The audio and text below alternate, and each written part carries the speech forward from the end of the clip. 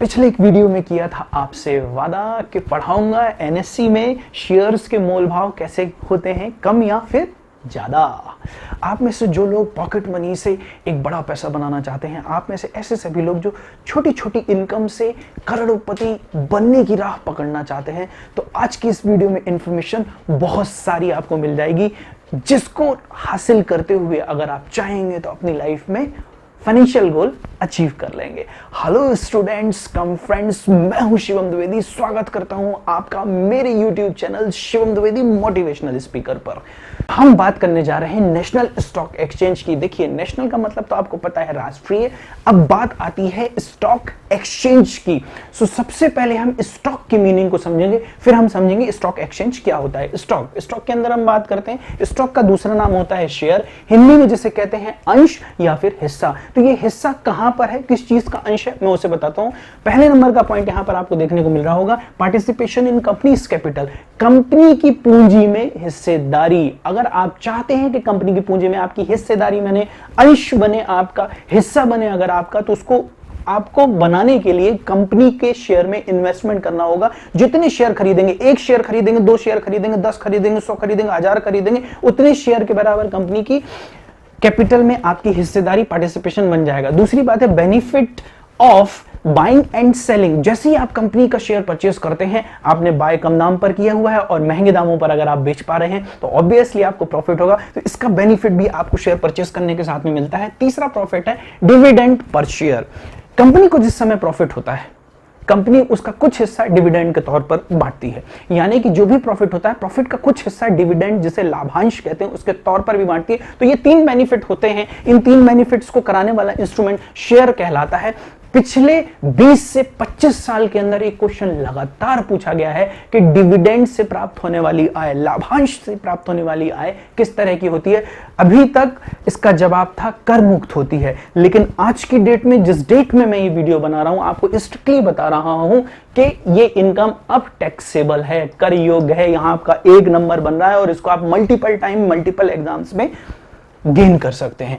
अब अभी तक तो हमने बात कर ली शेयर और स्टॉक के बारे में, अब हम उसके आगे यानी स्टॉक एक्सचेंज के बारे में बात करते हैं। स्टॉक एक्सचेंज, यहां पर भी बात है, जब आपको स्टॉक परचेस करना है तो आपको एक ऐसी जगह पहुंचना होगा जहां पर बायर भी मिले अगर आप स्टॉक सेल करना चाहते हैं। और ऑब्वियसली पहले तो आप बायर ही रहेंगे तो आपको सेलर्स की जरूरत पड़ेगी। तो एक ऐसी जगह जहां पर बायर और सेलर दोनों आपको उपलब्ध होते हैं उसे कहते हैं स्टॉक एक्सचेंज, यानी ऐसा बाजार जहां पर शेयर की खरीदी बिक्री की जाती है उसे स्टॉक एक्सचेंज कहते हैं। अब बात करते हैं stock exchanges in India. Bharat में करंटली एक्टिव स्टॉक एक्सचेंज के बारे में बात करें तो 9 स्टॉक एक्सचेंजेस करंटली एक्टिव होकर के काम कर रहे हैं, ध्यान रखिएगा।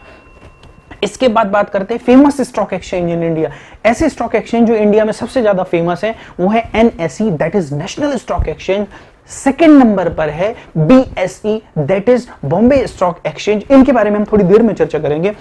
देखिए, मैंने हर वीडियो के अंदर आपको बोला है कि जब कभी भी किसी भी टॉपिक की इंफॉर्मेशन लें तो ज्यादातर स्टूडेंट्स बेसिक पढ़ते हैं, इसके बाद उसका करंट पढ़ करके जाते हैं, लेकिन मेजॉरिटी ऑफ स्टूडेंट्स उसका बैकग्राउंड छोड़ देते हैं, यानी उसकी हिस्ट्री छोड़ देते हैं। हर बार मैंने हिस्ट्री पर फोकस किया, यहां भी हम बात करेंगे हिस्ट्री ऑफ स्टॉक एक्सचेंज।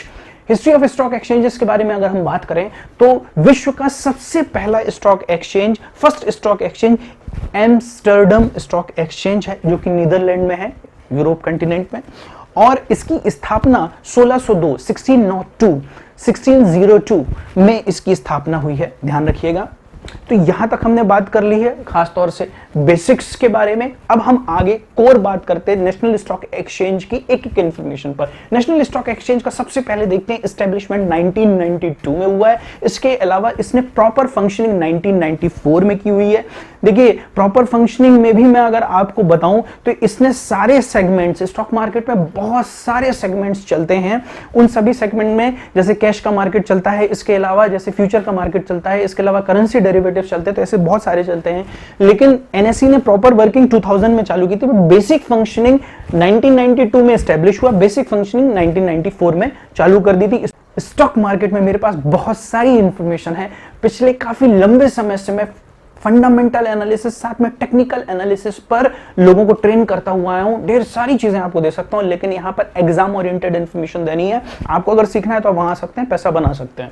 अब बात कर रहे हैं एनएससी में हेडक्वार्टर की। हेडक्वार्टर इसका मुंबई है, साथ में चेयरमैन आज की डेट में चेयरमैन है जीसी चतुर्वेदी। इसके अलावा एनएससी में इंडेक्सेस, ठीक है, एनएससी की इंडेक्स है। इंडेक्स का हिंदी मतलब होता है सूचकांक। सूचकांक का मतलब होता है सूचना देने वाला अंक, जो इंफॉर्मेशन दे, टू इंफॉर्मेट समथिंग। तो यहां पर ये जो एनएससी की इंडेक्सेस हैं, ये 60 इंडेक्सेस हैं, ठीक है। लेकिन किस पर बेस्ड है? ब्रॉड मार्केट पर बेस्ड है, सेक्टोरल पर बेस्ड है, स्ट्रेटजी पर बेस्ड है, और भी चीजों पर बेस्ड है।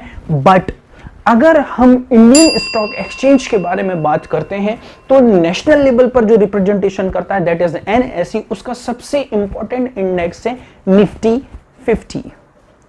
उसका सबसे इंपॉर्टेंट इंडेक्स है निफ्टी 50, जिसमें top 50 market capitalisation based 50 companies की ट्रैकिंग की जाती है। ये निफ्टी 50 के जो नंबर्स होते हैं, जब ये घटते बढ़ते हैं तो इनसे पता चलता है कि स्टॉक मार्केट में क्या चल रहा है। अगर ये नंबर बढ़ रहे हैं दैट मींस लोग ज्यादा बाइंग कर रहे हैं, ये नंबर घट रहे हैं तो आज ज्यादा सेलर्स हैं। दो ही सेंटिमेंट्स स्टॉक मार्केट के अंदर काम करते हैं। बट यहां पर प्रश्न ये उठता है कि मार्केट कैपिटलाइजेशन क्या होता है? मार्केट कैपिटलाइजेशन का मतलब होता है एक कंपनी की शेयर मार्केट में क्या स्थिति है, यानी वो कितनी वैल्यूएबल है। इसका फॉर्मूला ये आपको बता देगा, टोटल नंबर ऑफ शेयर्स, जितने शेयर्स उसने मार्केट में, शेयर मार्केट में अवेलेबल कराए हैं, साथ में करंट प्राइस। तो जितनी करंट प्राइस इंक्रीज होती जाएगी उतना मार्केट कैपिटलाइजेशन बढ़ता जाएगा। और ये जो निफ्टी 50 है, इन 60 इंडेक्सेस में से सबसे ज्यादा इंपॉर्टेंट इंडेक्स है। और सबसे खास बात है, ये टॉप 50 कंपनीज को ट्रैक करता है कि वो वर्क किस प्रकार से कर रहे हैं, उसी हिसाब से इसके नंबर, यानी इसके निफ्टी 50 के फिगर्स बढ़ते या फिर कम होते हैं। अब ये तो इंफॉर्मेशन एनएससी के बारे में हुई। अब दूसरा जो फेमस स्टॉक एक्सचेंज है इंडिया में, बॉम्बे स्टॉक एक्सचेंज की भी कुछ इंफॉर्मेशन हम देख लेते हैं। ऑल्दो ये सिलेबस के अंदर तो नहीं है, लेकिन उसी सेगमेंट में है, इसलिए हम देख रहे हैं।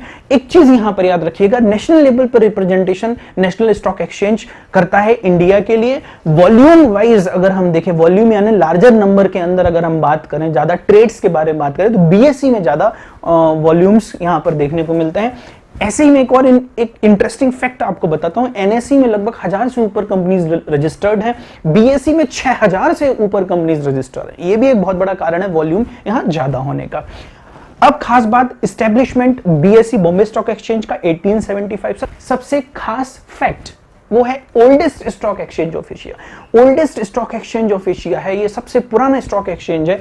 इसके बाद हम बात करते हैं हेडक्वार्टर कहां पर है। हेडक्वार्टर मुंबई में है।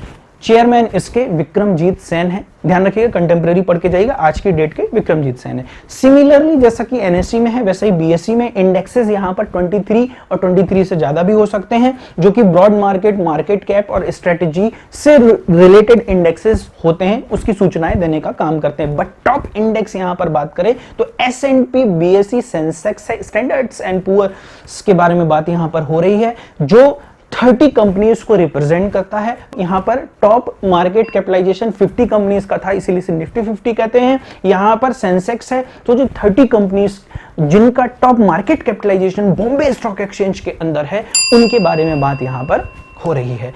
अब इतनी इंफॉर्मेशन पर हमने बात कर ली। स्टॉक शेयर क्या होते हैं, स्टॉक एक्सचेंज क्या होता है, stock exchanges in India, famous stock exchange in India, history of stock exchange in India, NSC, BSE के बारे में बात कर ले। देखा जाए तो एक डेडिकेटेड वीडियो टर्मिनोलॉजीज पर बनाया जा सकता है, बट चूंकि समय की बाध्यता है इसीलिए मैं यहां पर आपको ऐसी टर्मिनोलॉजीज बता रहा हूं जो एग्जाम में आने के जिनके चांसेस काफी ज्यादा है। सबसे पहला तो प्राइमरी मार्केट। प्राइमरी मार्केट किसे कहते हैं? प्राइमरी मार्केट जिस मार्केट के अंदर आईपीओ आता है, इनिशियल पब्लिक ऑफरिंग। अगर आपको इनिशियल पब्लिक ऑफरिंग नहीं है पता तो आप मेरे सेबी की वीडियो में जाइए और वहां पर देखिए कि इनिशियल पब्लिक ऑफरिंग क्या होती है। तो जिस मार्केट के अंदर आईपीओ आता है उसे प्राइमरी मार्केट कहते हैं। सेकेंडरी मार्केट, ऐसा मार्केट जिसमें शेयर्स की खरीदी बिक्री का काम किया जाता है, उसे सेकेंडरी मार्केट कहते हैं, उसे सेकेंडरी मार्केट कहते हैं। इसके अलावा पी नोट्स, कभी कभी तो इसका फुल फॉर्म ही पूछ लिया जाता है कि पी नोट्स क्या होते हैं। तो पी नोट्स का मतलब होता है पार्टिसिपेटरी नोट्स। भारत के शेयर बाजारों के अंदर अगर कोई विदेशी संस्थागत निवेशक यानी फॉरेन इंस्टीट्यूशनल इन्वेस्टर्स, फॉरेन का कोई पर्सन अगर इन्वेस्टमेंट करना चाहता है तो वो पार्टिसिपेटरी नोट्स के through investment Indian stock market में कर सकता है। इसके अलावा यहां पर है एडीआर। एडीआर का मतलब होता है अमेरिकन डिपॉजिटरी रिसिप्ट। इसके अलावा यहां पर है जीडीआर, ग्लोबल डिपॉजिटरी रिसिप्ट। इसके बाद है आईडीआर यानी इंडियन डिपॉजिटरी रिसिप्ट। इनके मैंने आपको फुल फॉर्म बताए हैं। इनका क्या मीनिंग होता है, ये क्या है, ये आप मुझे कमेंट करके बता रहे हैं। तो ध्यान रखिएगा, पहला काम मैंने आपको बोला कि आप इसको कमेंट करके बता रहे हैं। दूसरी इंपॉर्टेंट चीज, इसमें से कोई भी ऐसी टर्म हो जो आपको टफ लग रही हो, जो आपको समझ में नहीं आई हो, वो भी आप कमेंट करके पूछेंगे। तो अभी तक इस वीडियो में हमने बात करी स्टॉक शेयर के बारे में, साथ में हमने बात कर ली स्टॉक एक्सचेंज के बारे में, हमने बात कर ली स्टॉक एक्सचेंज इन इंडिया के बारे में, famous stock exchange in India के बारे में, हिस्ट्री ऑफ स्टॉक एक्सचेंज के बारे में, एनएसई के बारे में, बीएसई के बारे में और इंपॉर्टेंट टर्मिनोलॉजीज के बारे में। इस वीडियो से अगर आपकी इंफॉर्मेशन में जरा भी इंक्रीमेंट हुआ, आपकी नॉलेज में अगर वृद्धि हुई हो, तो हमारे channel Shivam Dwivedi motivational speaker को जरूर सब्सक्राइब करिए, वीडियो को अभी लाइक करिए और ज्यादा से ज्यादा शेयर करिए। हम मिलेंगे ऐसे ही नॉलेजेबल नेक्स्ट वीडियो में, तब तक थैंक यू।